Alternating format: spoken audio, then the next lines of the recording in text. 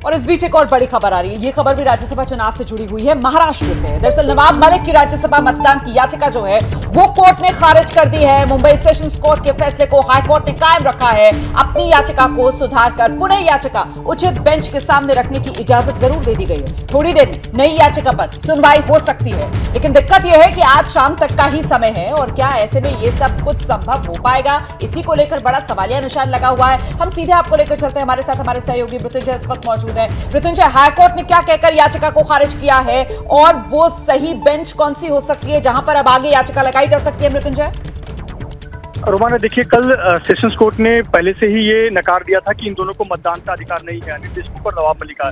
यही याचिका लेकर ये आज हाईकोर्ट में गए हुए थे नवाब मलिक के वकील, लेकिन कोर्ट ने यह कहकर कि सेशंस कोर्ट का फैसला उचित फैसला है और उस फैसले को वो कायम रखते हैं, यानी कि नवाब मलिक को वोट देने का अधिकार नहीं है। लेकिन उन्होंने कहा कि अगर जो आपकी याचिका है उसमें आप बदलाव करके लेके आए तो हम इस पर फिर से सुनवाई कर सकते हैं। अब इस याचिका में बदलाव ये है कि इन्होंने मांग की थी कि नवाब मलिक को जमानत दिया जाए और जमानत पर आने के बाद मतदान करे। तो ऐसे पर कोर्ट ने कहा कि ये जमानत वाला जो हिस्सा है इसे आप निकाल दीजिए, सिर्फ वोट के मुद्दे को लेकर आइए जिस पर हम बहस दोनों पक्षों की सुनेंगे और उस पर हम सुनवाई कर सकते हैं।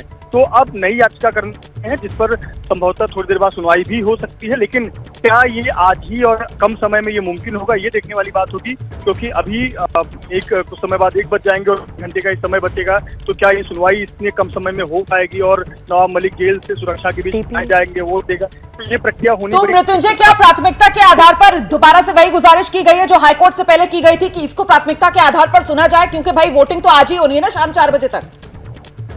जी बिल्कुल, यही निवेदन करेंगे कि इसको प्राथमिकता पर सुनवाई की जाए, लेकिन उन्हें याचिका भी नहीं बनानी पड़ेगी और इसमें प्रक्रिया में समय लगेगा। और ये भी नहीं भूलना चाहिए कि ईडी भी तो अपना पक्ष रखेगी और ईडी के जो अटॉर्नी जनरल है अनिल सिंह, ये अपना पक्ष रखेंगे, उसमें समय लेंगे, क्योंकि नई याचिका की कॉपी उनके पास नहीं है। तो नई याचिका को पढ़ने के बाद वो अपना पक्ष रखेंगे, तो इसमें भी समय लग सकता है। तो कहीं ना कहीं चुनौतियां काफी हैं, जो कि काफी कम आसार नजर आते हैं कि नवाब मलिक को यह मौका मिल पाएगा। बहुत शुक्रिया इस अपडेट के लिए। तो मृत्युंजय बता रहे हैं कि जिस तरीके से अभी इस मामले में दोबारा याचिका डालने के लिए कह दिया गया है, तो इस बात की संभावना कम ही नजर आती है कि नवाब मलिक आज वोट डाल पाएंगे।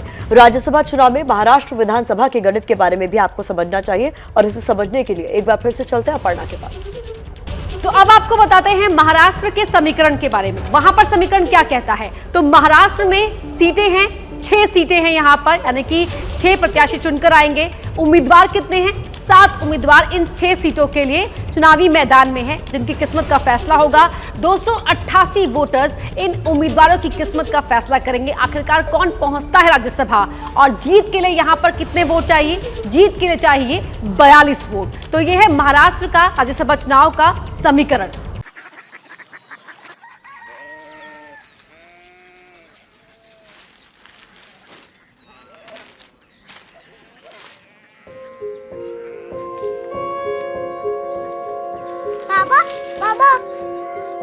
Korea city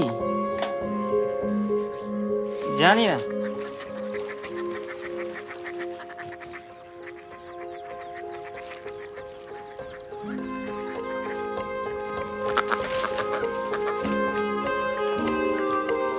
Korea city? हाँ।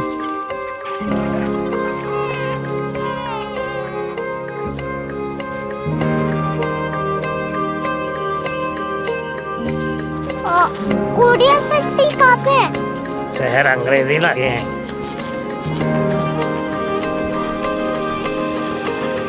Korea city.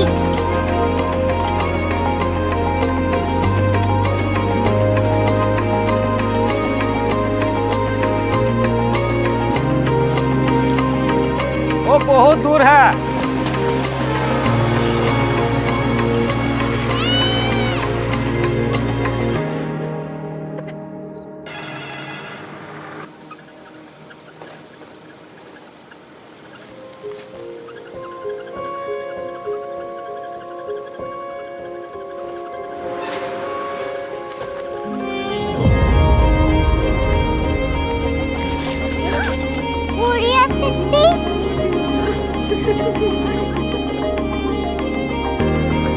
दुनिया कुछ लोग बड़े होते हैं। कोरिया सिटी कहाँ है? प्रोफेसर साहब को पता होगा।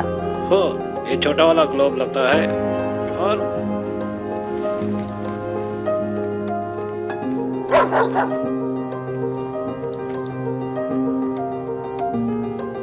पता नहीं, मेरी बेटी से जाके मिल लो, शायद उसे मालूम हो।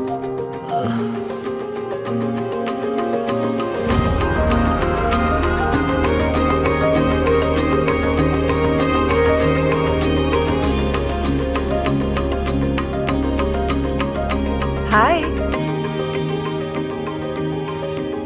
बाबा ने भेजा है। Come here. Korea city. Korea city नहीं, क्यूरियोसिटी। वो क्या? That's what brought you here? जो तुम्हें यहाँ तक ले आया। क्यूरियोसिटी।